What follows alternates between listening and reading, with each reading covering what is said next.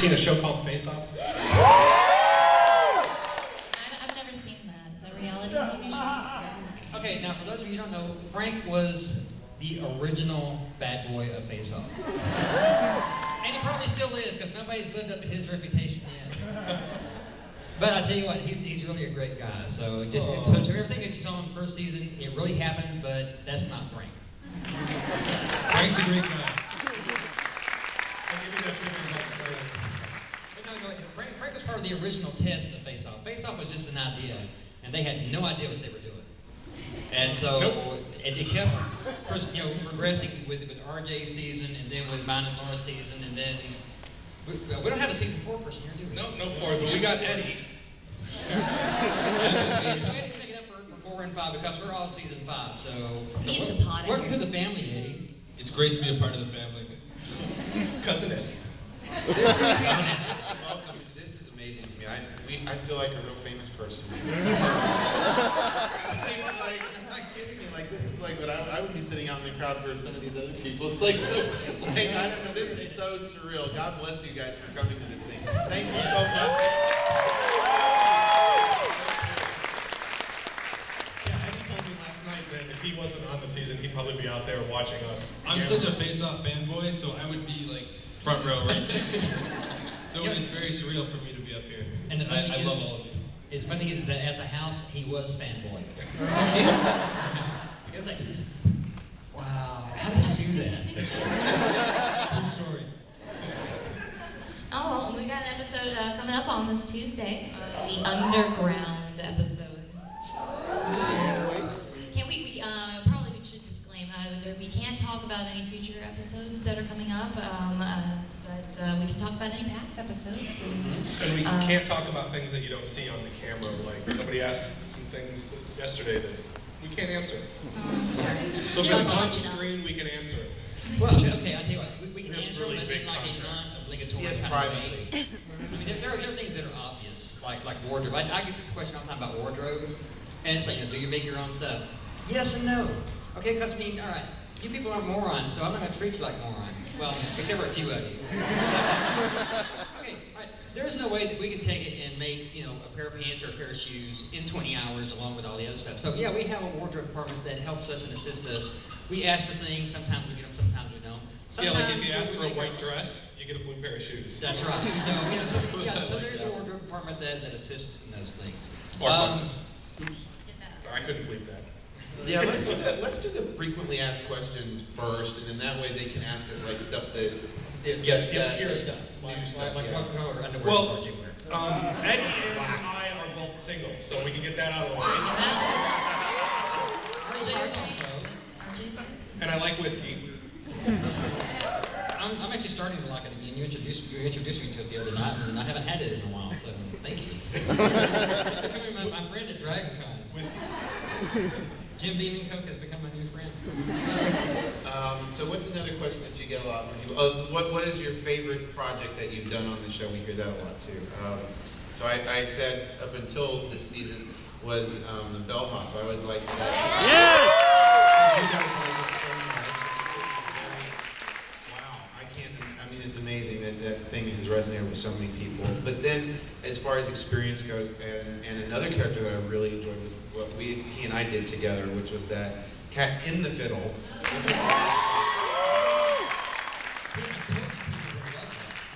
Yeah, he was like, oh, this is going to be the new bellhop. It was really cool because you guys have really liked that thing too. We've got a lot of positive response off of it. I want somebody to cosplay that cat in the fiddle next year. Somebody start building that. Okay, and just whenever they say that we got to choose our own teammate, before it even got out of their mouth, I screamed RJ. That was very I clever. did not want nobody to steal RJ because I've always wanted to work with RJ, and so I was very happy for that opportunity. So thank you very much. Thank you, sir. It was good to work with you. That was a lot of fun. We have to do that again in the future. Yes, just not on camera, or at least not on Face-Off. We need to do a good project together. Speaking of which, I'm doing an Indiegogo project, so hopefully we can all do some things together again in the very near future. So what we're going to do is if you guys can't support it, then I would love it if you could share it on your social media stuff. just go to Indiegogo and look up my name, RJ Hattie, it'll pop up. It's about we're going to try and do a web reality series of what you guys are always telling us. Well, we don't get to see you do any of the work. We want to see you do more of the work. So hopefully that's kind of what we're going to do is create a film project together and then have it be seeing us do the work. So, and not all the challenges and fighting and all that weird stuff that happens. Another frequently asked question is, how do you get started in makeup? I lost a bet. Just getting started. Well, I mean, like, if anybody here is out trying to do makeup, how is the easiest way for you to get started? Go to the grocery store, get some makeup from the makeup counter, and go home and start putting it on. That's the best way to deal with the makeup. Go on Amazon.com and buy every single makeup book there is and read it front to cover. Subscribe to Stan Winston School of Character Arts. Yeah, that's a great reason. Internet. You guys have all the information in the whole wide world right here. Like, on your phone. Yeah. It's on your phone now. So.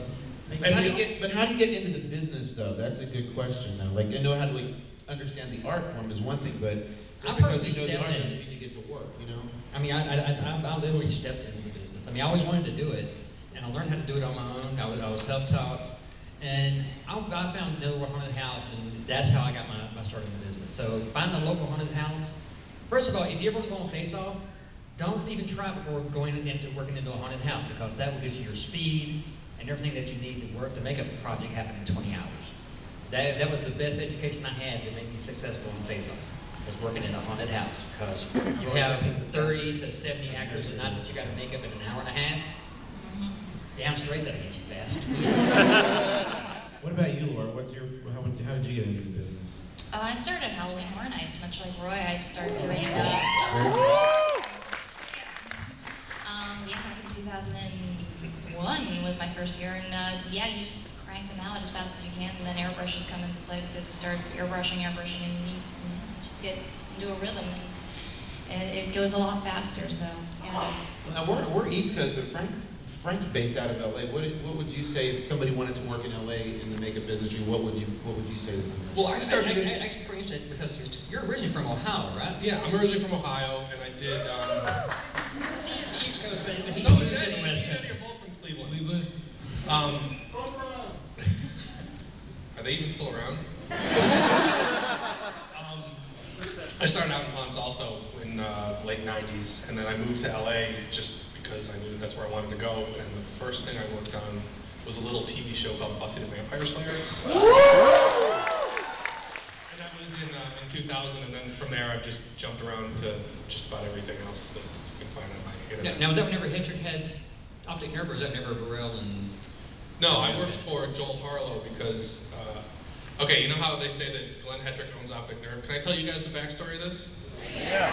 Optic Nerve That's why they're here. was originally started by Everett Burrell and John Bullich. And that was like in the 80s, early 90s, something like that. After they left Savini. Yeah, after they left working for Savini.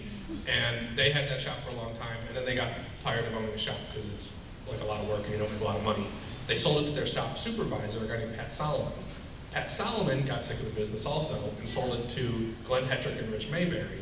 Rich Mayberry got sick of it, and now it's just Glenn. So Glenn has a third generation bought shop. He didn't start off by building a shop and a reputation, he just bought it. That's fine. You can look it up. Yeah, it's out there. I'm not saying anything that isn't around. So there you go. But no, when I worked on Buffy, it was after Optic Nerve lost it, and Joel Harlow was building all the stuff. Does anybody know who Joel Harlow is? He does like Johnny Depp's makeup on Lone Ranger and the Pirates movies and stuff like that. Little makeup artist. He's got an Oscar.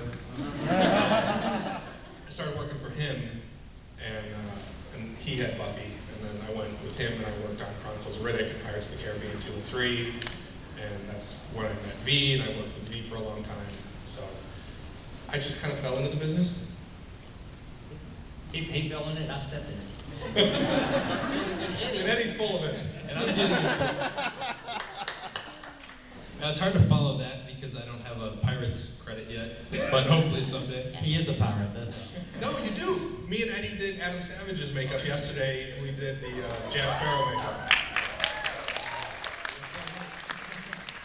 There you go. There's your first pirate credit right there. Awesome. So I got into special effects because my art department at my high school taught a special effects class, and that's when I really dove into it. And then I just started reading as many books and watching as many videos as possible. And now I go to school at the Savannah College of Art and Design.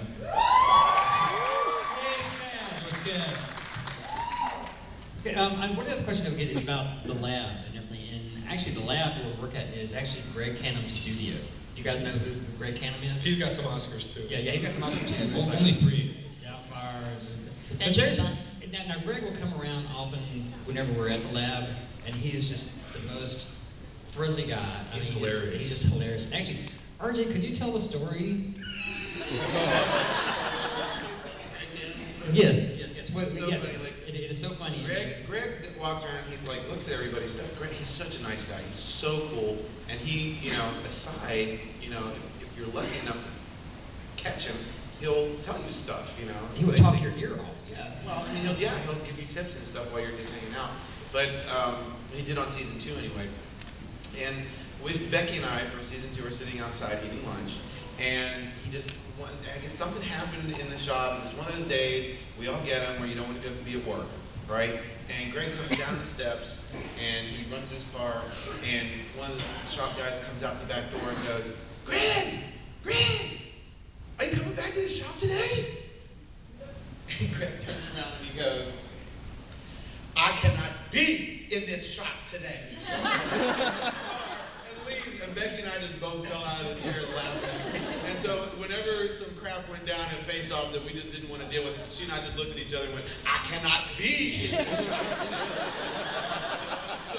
That was our Face Off Greg Canham experience. It was fun.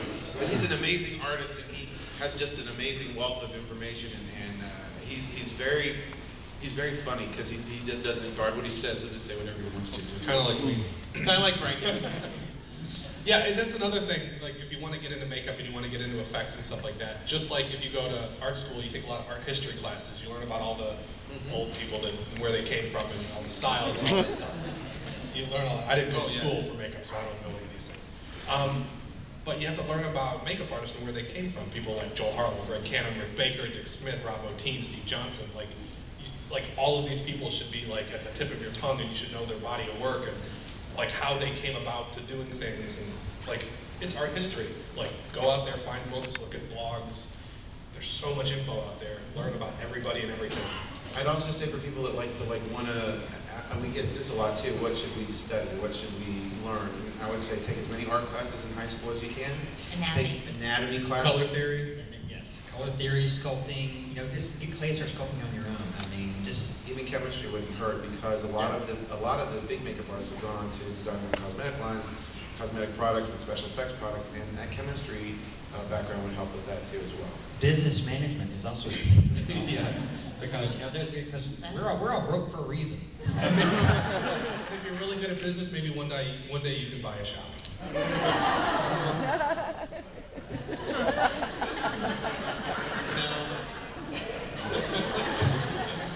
Like the tattoo marshmallow.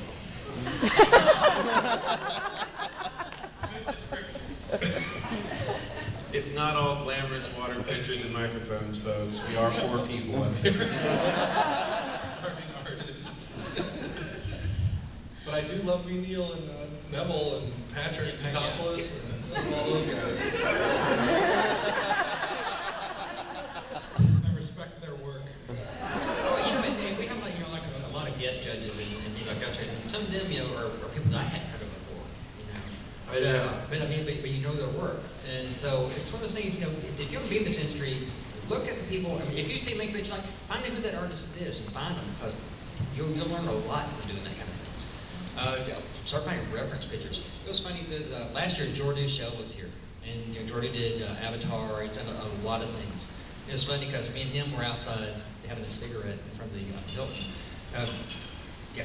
The Marriott. And we were out there, we were standing out there, and it was our first season on the show for me. And people were coming by and recognizing me and not knowing who he was.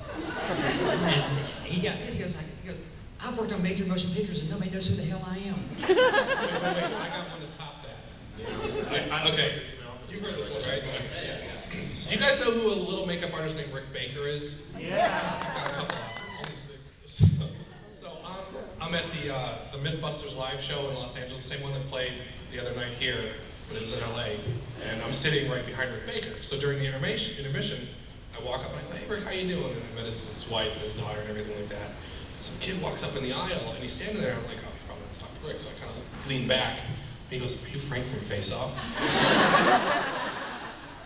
And I look to Rick and I go, you know who this guy is, right? And he's like, no.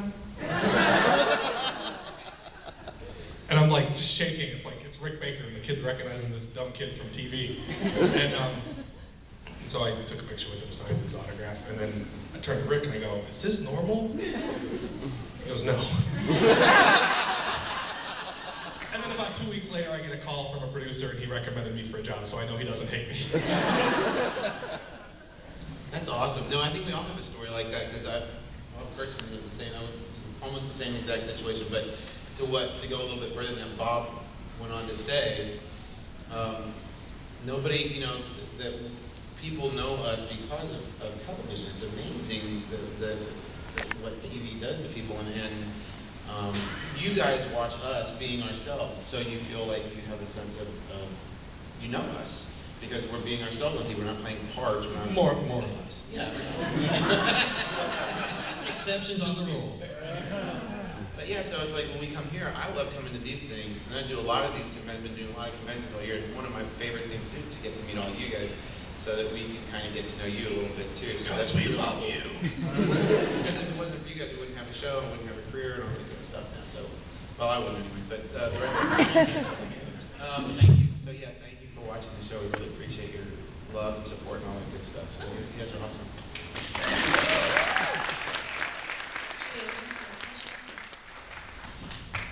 Absolutely. Let's do that. Oh, is everybody following me on Instagram, by the way? Everybody get out your phone, use the bad signal that they have here, and try and follow me on Instagram. It's just at Frank Ippolito. Yeah, me too. RJ Hattie, follow me on Instagram too. I Okay, post all kinds of pictures. I have to up there. sign up on Instagram now because I have to follow Frank and RJ. Dude, Instagram is where it's at. Where have you been? On Twitter and Facebook. Facebook is so last year. That's so 2002. I'm going to say if you have a question, please come over here. That way we can line everyone up. There's no speaking out of turn, and that way everyone in the audience. Can we get Lee a little bit louder, please? So it's not just me. It's not just like, wow. Wow, I'm really loud. Sorry, crowd, I didn't mean to yell at you. I was yelling at him. Gunroy?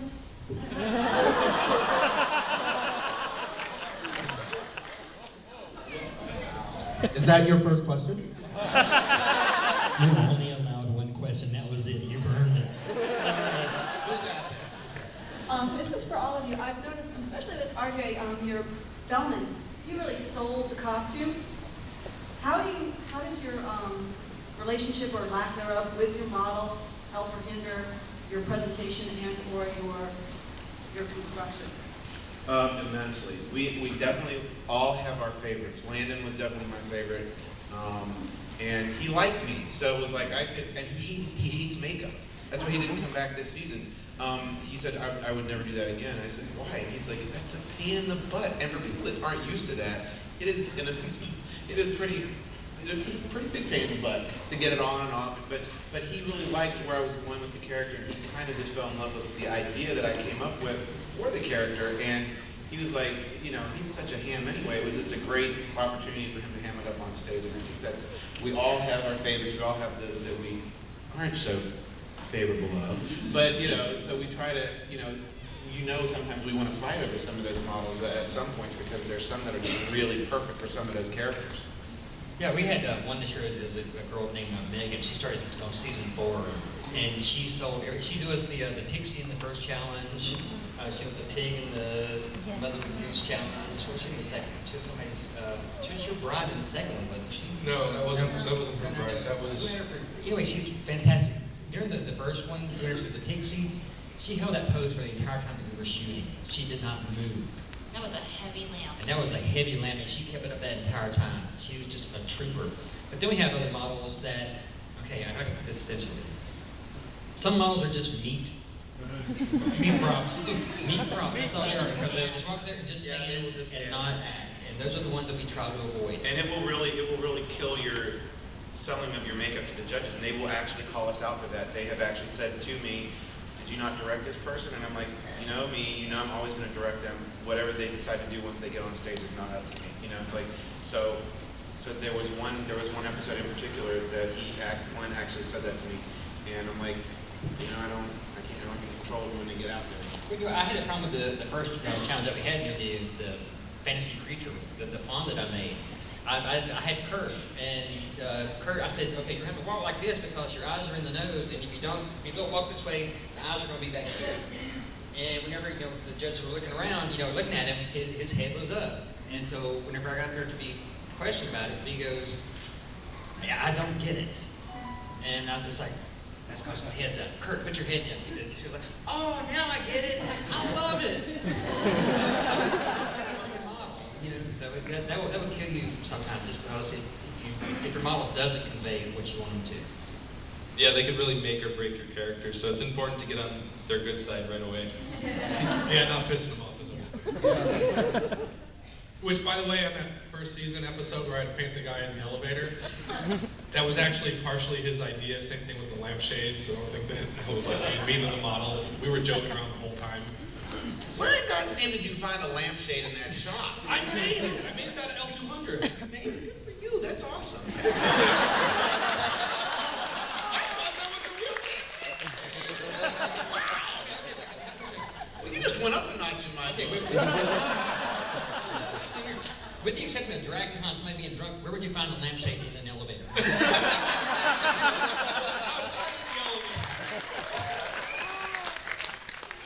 Dreads. Am I supposed to paint his dreads? Whatever. Okay, next question. I love the show. We love you. Laura, I love everything you do.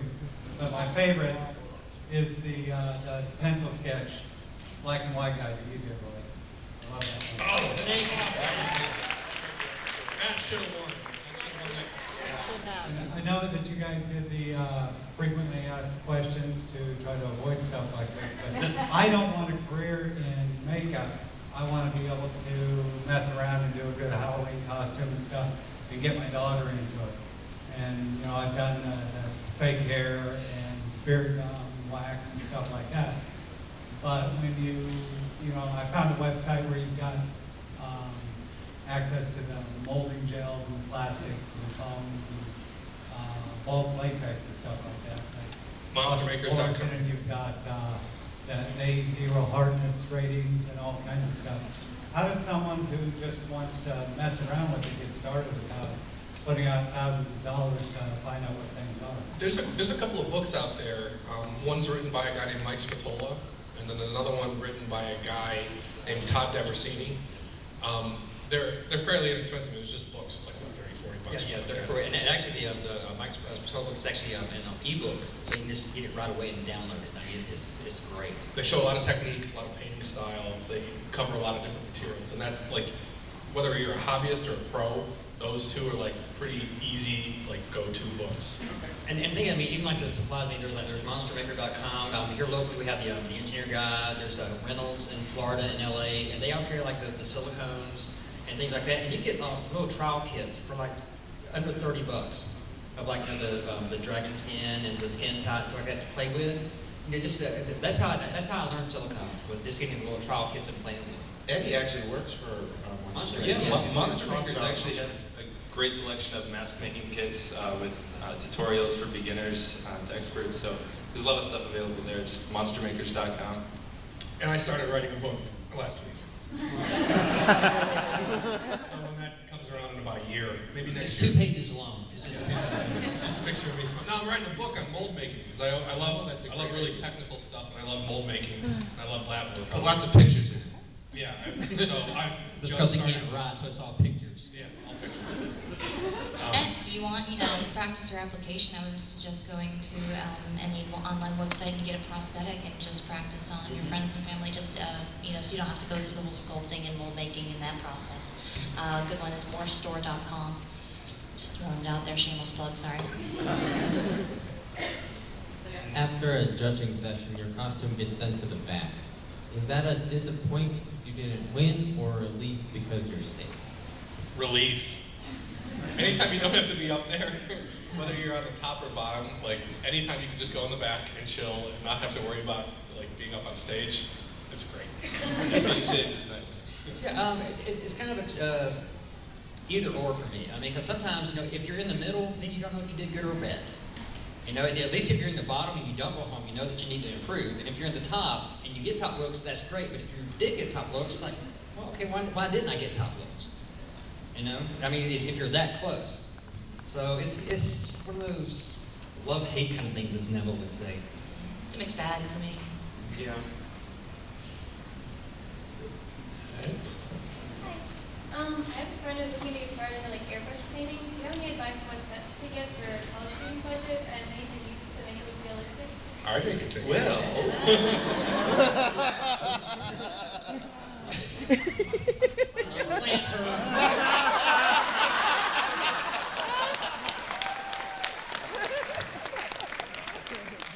Cousin or something? No, this is a great little airbrush right here. I actually have 8 of them left. I'm selling them at the con special price of $100. Online, they're $145. So if you want one, if you buy one, he'll give you one for free. Yeah, if you want one, they're great. It's a dual action gravity feed brush. It's an internal mix. It's made by Pache. It's an American-made product, which is something I'm really hip on. Want to make sure that people in this country have jobs. And they're great people. Pache makes some really good products. Everybody says, Iwata, but when you're on a budget, you can't spend $300 for an airbrush, and for under $300, I can set you up with the entire kit. You could have the gun and the compressor, regulator, and cleaning brushes for the whole thing.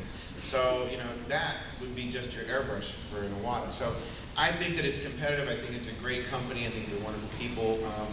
If you're a beginner and you're not really dexterous with your fingers and stuff, you may want to go with the single action brush, just to get a feel for how they work. And I really love those single action brushes. I think they're really cool. The difference between, who knows anything about airbrushes? Raise your hand. Okay, so the difference between, so let me explain the difference between single action and dual action. Dual action means 2 things. Okay, the dual action is doing 2 things. It's going down and you pull back. The down is the air, and the back is the amount of paint that the pin is allowing to go through. So you're allowing more paint to come through. And a single action is only pushing down, and you control the paint with the tip. It's an external mix, so that's a good brush for blowing stuff that's thicker, like latex or thicker paints or something like that. Me and Eddie are selling kisses. Huh? Me and Eddie are selling kisses. Selling kisses. $100 a pop. Buy one, get one free. And I've got the whole Pache line online. If there's something else that you would rather have than this one, but so my website is just www.radfxco.com. So check it out, and or you can get one of these today if you want. Oh, brother, I want one of those shirts. I like that. That's my company logo. So yeah. I like that. Then hopefully. Is this another cousin? No. What is who is a person from another season that you wish you had had the opportunity to work with? Eric Fox. Yes. Eric, I like the stuff that me and Eric would do together would be just incredible. Just like me and RJ, I mean, we have a similar style too. So I would definitely love to work with Eric Fox on a project. And Frank. Because this guy right here is just a really great guy and just very talented. So I would love to work with Frank. I know, $50 thanks. I like Wayne. I really want to work with him. Oh yeah, Wayne is insanely talented. Yeah. I was glad that Frank, Roy, Tate, Laura were all on this season because those were people that I thought, oh, it'd be fun, because we hung out last year here. It was the first time we met. So that was really cool for us to all kind of get together and work. So and I was lucky enough to work with some of them on some projects this season. So that was really cool. So bucket list checked off. Yeah. Hello, how are you? I have a very wonderful husband who, whenever I ask him, will you go this way, he says yes. And I wanted to foray into doing makeup for Dragoncon next year, but he has skin that doesn't like a lot of foreign stuff on it. So I was wondering if you have any advice for something that's either non-reactive that can be put like between his skin and an adhesive, which might make him break out, or anything that could help with me applying makeup to him and not having him be uncomfortable. There's this thing called DermaShield. It's like, it comes out like shaving cream. You can put that on there, and that's kind of a decent skin barrier. We use that on Face Off a lot to try and protect the models that we have. That's probably the best one Yeah, out it there. probably is. Yeah, and they'll like put up like multiple layers of it on it too. They'll do they'll let it dry and do like 2 or 3 layers. I'm not kidding you. They put like 3 layers. No, it's not even that. And then I had one girl sit in the chair, and while I was prepping stuff for her makeup, she's sitting there putting more on, and then like, you have to let it sit. You can't just I can't just start putting makeup on top of you. So, and then she kept putting more on. So I'm like, I'm gonna choke you. But yeah, it was a rough one. So, but yeah, so you don't have to overdo it. 1 or 2 layers is plenty. Product's called DermaShield, and you have to let it sit for 15 minutes. Thank you, guys. Hello. I have a question for Rory. Now, when you were doing the candy challenge, when you found out that your model was a belly dancer, how did you feel with that? Well, I would have felt really embarrassed because that wasn't me. That was House. This is House.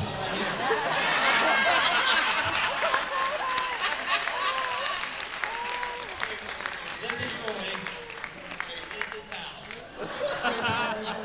This is Picard. Thank you, Frank. Frank and I had this thing going on at the house this time because he just I said, F you, Frank. Whatever, Picard. I'm sorry, I'm not The current directive prevents him from answering you. Well, I have a question for all of y'all. If you were stuck on a desert island, which one of the judges would you want to be stuck with and why? Mackenzie. Desert Island. Yeah, That's a silly why question. What was where would you be stuck with him? Mackenzie, anywhere. I'd choose V. If I was stuck anywhere, I feel like I would learn a lot from her. I'd take V. I've been for 5 years. I don't want to be stuck with her. Is there an option of being alone? Yeah, I'd probably take B as well. Or Patrick. I love Patrick. Patrick's awesome. Hi. So, is there one big movie that you would have just loved to work on, and if you could go back and get a chance to do so? Like go back in time and work on a movie that we wanted to work on? Oh, that's a cool question. I would say An American Werewolf in London. Same here. Or Star Wars. The Thing. Rob Bottin, working on Rob Bottin's crew on The Thing. Top 3 right there. Top 3. Or Legend 4. Man, I got like a list as long as my arm for that. That's an incredible question. Star Wars, Batman, Harry Potter, any of those, man. It's totally Lord of the Rings. I'm gonna pick Star Wars too. Yeah. Hi. In season 3, one of the first challenges was a Star Wars challenge. And Laura, I just want to say, first of all, that I was so impressed with your character, and you knew so much about the background and the difference between the Dagobah and Tatooine and all of that. And you've just been my favorite since that moment. Well, so, thank you.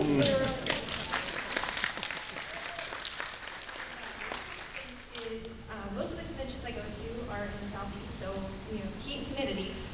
What are some tips you have for keeping everything fresh for a whole day of panels and walking around in the heat? Ooh, yeah, that's a good one because everyone's going to be sweating in these hot costumes all day. There's a product called Sweat Stop that I think is sold on fxwarehouse.com. That's a pretty good product. I think it's a combination of like witch hazel and a bunch of other stuff, but that will help. That will help dry out the skin before and prep the skin before application. And I feel like Helps the prosthetic bond a little bit better. Foam prosthetics are probably better for hot weather. You wouldn't want to go with silicone. RJ? Well, Michael Westmore suggested that we use zinc oxide powder, which worked really well. I was really impressed with that. So a little bit of zinc oxide powder on a powder brush in the key areas that, like, you know, are prone to sweating, and that worked really well for me. I had a lot of success with that. Yeah, actually, whenever they did season 4, the finale, they had them diving into the water. They used, they coated the prosthetic and the actor with like 6 or 7 coats of Prozade and zinc oxide, and it stayed on for every part of it. None of the pieces came off. And they were diving like 30 feet in the water. So, yeah, definitely the zinc oxide works great. It did for me. You did an excellent job answering it. This is directed to all of you.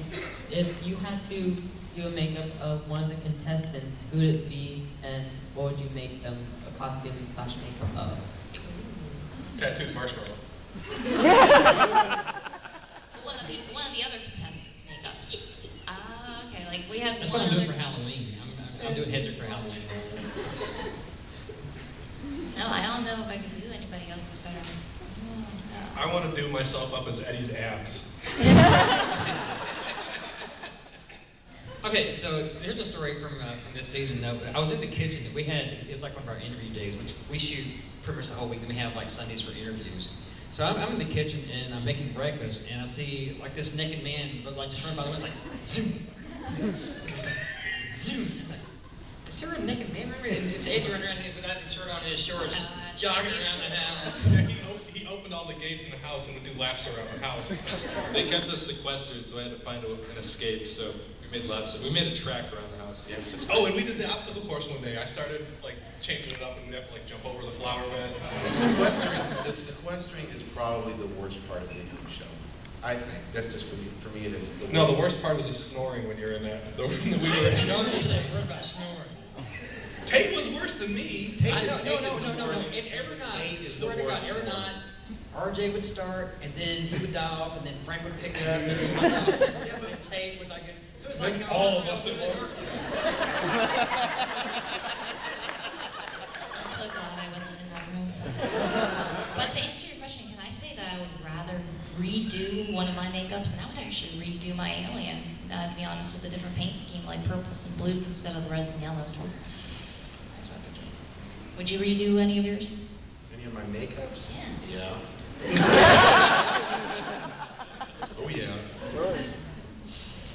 Water. I don't think I would redo any of mine, 'cause I mean, I liked all mine. I would just take it to just like, okay, this is what I wanted to do. This is it. I'd like to spruce them up a little bit. I'd like to have a little bit more time to do those things. You know, Oh, it's yeah, like those we always want that, though. pet projects. Like for instance, everybody always wants to do Frankenstein, so we all got that chance this season to do Frankenstein. That was really cool. I'm sorry about you, but you know. I was safe, so I was happy. At least you didn't look like a chewing gum instead.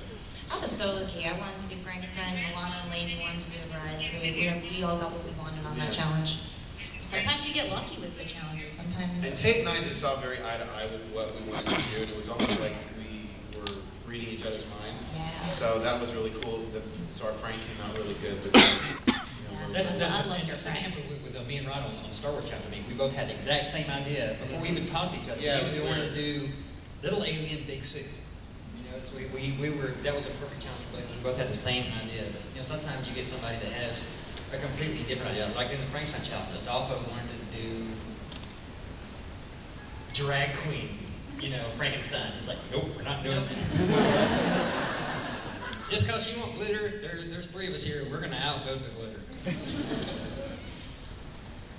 In the beginning of your careers, did you take like a random part-time job to avoid being poor, or did you take like multiple jobs in your field? Still do that. I've never had a real job, so I just always done that. I'm working at SeaWorld, Universal, and Ripley's, believe it or not, like all at the same time this Halloween. So yeah, I'm constantly working multiple jobs. Yeah, I mean, I've had records. I mean, I've been a waiter. I've been, you know, managers in places and things like that. So I would hate to have you as a waiter. I was actually a really good waiter, I'll have you know. I still substitute teach, you know, so, you know, it's like I don't have enough to do, but, you know, so. Thank you. Who do you think, like, of your individual seasons, who do you think, like, grew the most of your fellow contestants? Like, Who grew the most of our fellow contestants? What do you mean, like what we putting on observed? weight? That would be me. That's the Frank's I Pizza lost weight on the Burgers. show. I actually lost weight this season because the food was horrible. We had fried chicken every single day. It was horrible. You couldn't even put barbecue sauce on it to make it good. It was just, I lost like 15 pounds on the show. That's the question. Question again? I think as far as growing on this season, what I saw Adolfo grow a lot from the first episode. You know, so I think he improved immensely over the course of the show, the time that he was on the show. Can I nominate myself? You know, I actually, you know, from the time that Frank was on season 1 to now, Frank has grown a lot. Not just in girth. I think we all Alana, I'll tell you, I mean, Alana was on season 3 with us, and she came back on season, and she has grown as a person and as an artist. I can honestly say that. I think she has grown a lot. I agree. Eddie grew on the show. Well, I mean, all do, you know? Everybody, that's it. Yeah, I'm talking about where you actually notice it from week to week. I mean, Eddie got taller every single day. He still had his growth spurt. God, I hope it stops. He's big as a house. Now he's like, I can look up to him. Must have been food. Hi. This is for all of y'all. How hard was it to do y'all's characters? Really hard. Very, very hard. It's very stressful. Under the time constraints, it was pretty difficult. I know they give you only like 30, you know, when she announces it, then they stop everything, and then they give you like 30 minutes to design stuff on camera, but your brain is constantly working and thinking, well, gosh, what should I do? Should I have done that, or should I? And I'm constantly, me, as indecisive as I am, I'm a Libra, so I'm like going back and forth the whole time, going, maybe I should have done this. You're Libra. I'm a Libra. And I get like that, because it's like, oh, I start to second guess everything, because then it's like, well, then you try to think about trends, like what they're judging, like, you know, well, how have they been judging lately? Maybe I should lean more towards this aspect of it, or maybe Whimsical. Yeah. Never say that word again. That was the word. Whimsical. Yeah, don't try to be funny when you're up there, because then, or don't try to have fun while you're on the show. You can have fun, but before you get on, once you get on stage, In that circle. no fun. No, and actually, even like standing there, I remember on the superhero challenge, the judges were really upset that night because we were 2 hours late shooting because of Kevin Smith. Okay, and you all can probably know why we were late if you know Kevin Smith. Anyway, they were pissed, and so they were tearing into everybody, and because we didn't have masks and things like that. They said we don't want you to use masks for capes. And so they were yelling at everybody, and me and Alana were teammates. We were up here on the edge, and Alana goes like this. It's like, because they're cameraing, everybody's watching us, even though the judges aren't looking at us. There's cameras on everybody all the time, and the judges, they heard, and Glenn looks at her and goes, "We'll get to you in a minute." And it's like, oh crap, she's done it now. They're gonna do all this. But I mean, y'all worked out fine, but you know, if you're up there on that, you know, even if you're in that stage area, you don't roll your eyes, you don't make a comment, because they can hear everything, they can see everything, and God's looking and He tells the judges. If you look at your makeup when you're done with it and you go, ooh, that lip is kind of, you can't self-critique your stuff because you're always Mike. And I'll be damned if that ain't the first thing they call out because they've heard it and they've told them to call that out. You go, ooh, I kind of messed up that edge there. Why did you mess up that edge over your eye? Funny happened on season 3 when me and Laura, we were in the wet room working one day, and we were just, there was a camera on us, and we started doing this. Audio came out, it's like, is there something wrong with your mics?